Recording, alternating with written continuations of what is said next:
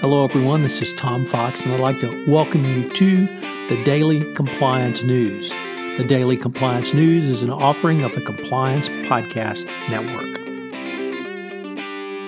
Hello everyone, this is Tom Fox and I'd like to welcome you to the inaugural issue of the Daily Compliance News. This is the podcast which will catch you up on the top compliance news stories from the previous day and give you insights and information that you can use in your compliance program going forward. Each episode will be short, only 3 minutes long, so it will be quick and easy and digestible for you. I hope you will enjoy this format, and I hope you will let me know as I'm running this on a 2-month test the last 2 months of this year to see if it becomes an audience favorite. So if you have any feedback, please let me know. You can email me at tfox@tfoxlaw.com. You can also leave a comment at one of any of the sites where I post the Daily Compliance News. And now the Daily Compliance News for November 1, 2018, the Day of the Dead.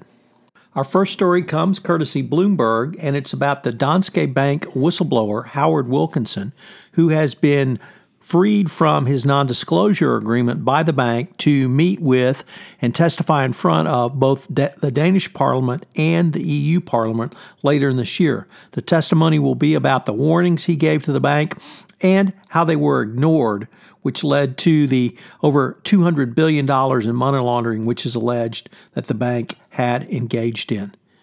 His story ties nicely into a blog post by Michael Volkov entitled "Speak Up is Great, Is Anyone Listening?", which details the protocol you need to have in place for a whistleblower report on your hotline. Next, in a press release from the U.S. Department of Justice, a former executive director at the Venezuelan state-owned energy company PDVSA pled guilty for his role in a $1 billion international money laundering scheme. Abraham Edgardo Ortega, who is PDVSA's executive director of financial planning, pled guilty according to the press release. He also accepted $12 million in bribes for his trouble. He's scheduled to be sentenced in January 2019. Once again, the clear message from this guilty plea is that if you have done business with PDVSA in the past 5 years, you need to scrub your operations.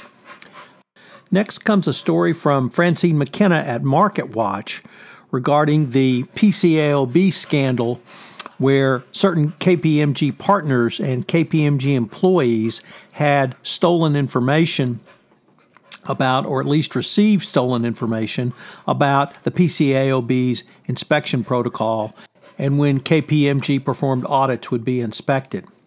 Thomas Whittle, the former KPMG national head of inspections, was one of 3 former partners who encouraged PCAOB employees and then new partners to divulge stolen information to them and others at PCAOB. It is a scandal that rocked KPMG as well as the PCAOB. Finally, I will release another episode of my Adventures in Compliance podcast series on the intersection of Sherlock Holmes and compliance. Today, it's a study in Scarlet and the exercise of power by a compliance practitioner. This is Tom Fox again. I hope you've enjoyed this initial episode of the Daily Compliance News, and I hope you will check back every day as I go through some of the top stories. Once again, if this is a series that you enjoy or like or you find useful, I hope you will let me know as I consider whether I will move this forward into 2019. Please give me an email at tfox@tfoxlaw.com, or you can leave a comment on any of the sites where I list this podcast. Thanks again, and I hope you'll join me tomorrow for the Daily Compliance News.